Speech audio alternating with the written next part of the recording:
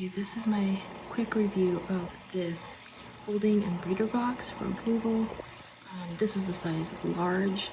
I have it right over here.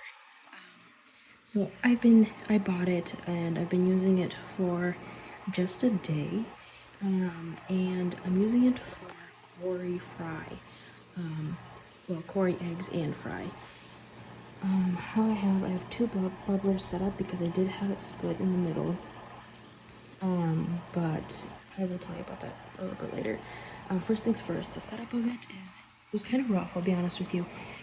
First of all, they have these clips. There's supposed to be two of them, one here and one here.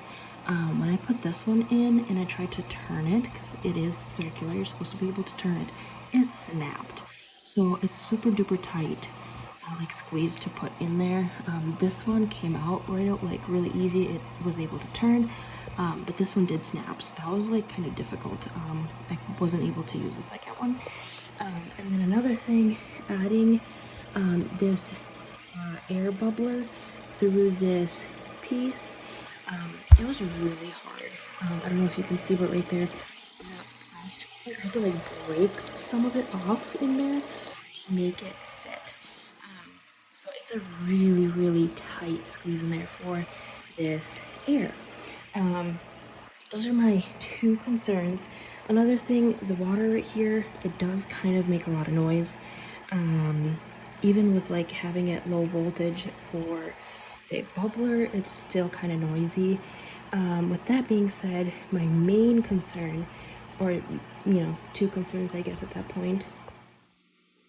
Okay, and then back to what I was saying. So my main concern with this breeder box is that the fry, at least the ones that I'm trying to breed, which is the Cory fry, the eggs that hatch and then turn into fry, they actually first of all fall through this little piece. I did put some cheesecloth in it. I tried a little sponge. It will clog it up and the water won't flow, so it will literally overflow. So I had to take that out. The cheesecloth works, but still, the cheesecloth, I can't put it all the way to barricade it, otherwise the water will overflow. Again, I don't know, it's a crappy system for that.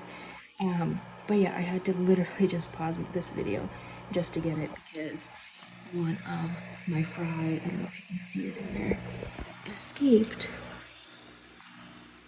I don't know if you can see him. But, yeah, and thankfully, I caught him, but that really sucks because this morning I had 12 fry in here, and then I left for the day, and I came back, I'm left with 5.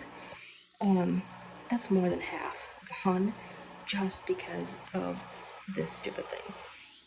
And then I did try the dividers to have the eggs in one, the fry in the other, and again, those holes in the barricades, the holes are so darn big in comparison to the fry. The fry are so darn little that they were able to go back and forth, and so there was no point of putting the barricade.